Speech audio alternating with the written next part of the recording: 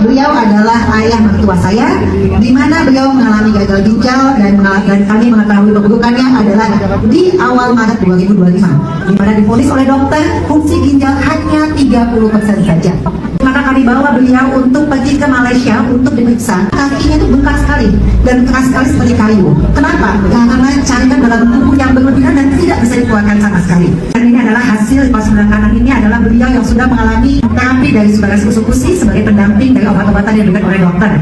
Fungsi ginjalnya di tanggal 14 Maret 2025 mengalami penurunan dari 30% turun ke 25,2%. Beliau harus dirawat di Malaysia selama 1 minggu untuk dikeluarkan cairan yang berlebihan dan untuk distabilkan fungsi ginjalnya serta dibiopsi. 17 Maret 2025, fungsi ginjal dari 25 turun lagi ke 24%. Pada saat kami diizinkan pulang ke Jakarta, fungsi ginjalnya adalah puji Tuhan naik ke 24,8% karena cairan dalam tubuhnya sudah berhasil dikeluarkan.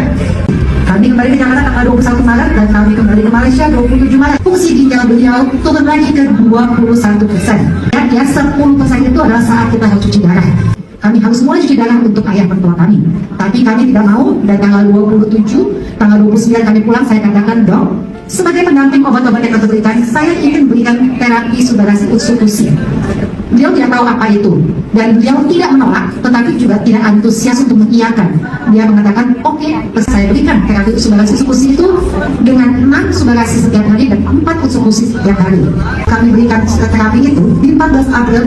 Mertua saya bilang, saya mau cek, ternyata fungsi ginjalnya naik ke 28%, teman-teman. Hanya dengan 2 minggu. Kami terus melakukan terapi itu, dan di tanggal 13 Mei 2025, fungsi ginjal beliau naik ke angka 40%. Dokter mengatakan obat yang diberikan hanya memperlambat kerusakan karena tidak bisa menyembuhkan 100% fungsi ginjal. Dan karena dokter pun menanyakan, apa yang Anda berikan? Lalu saya katakan, saya berikan terapi subarasi usukusi. Dan respon beliau berbeda, teman-teman.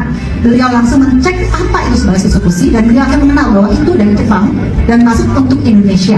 Dan tolong jangan kamu kurangi terapi kamu dan jangan kamu stop, karena ini dengan waktu hanya 2 bulan kamu bisa 40%.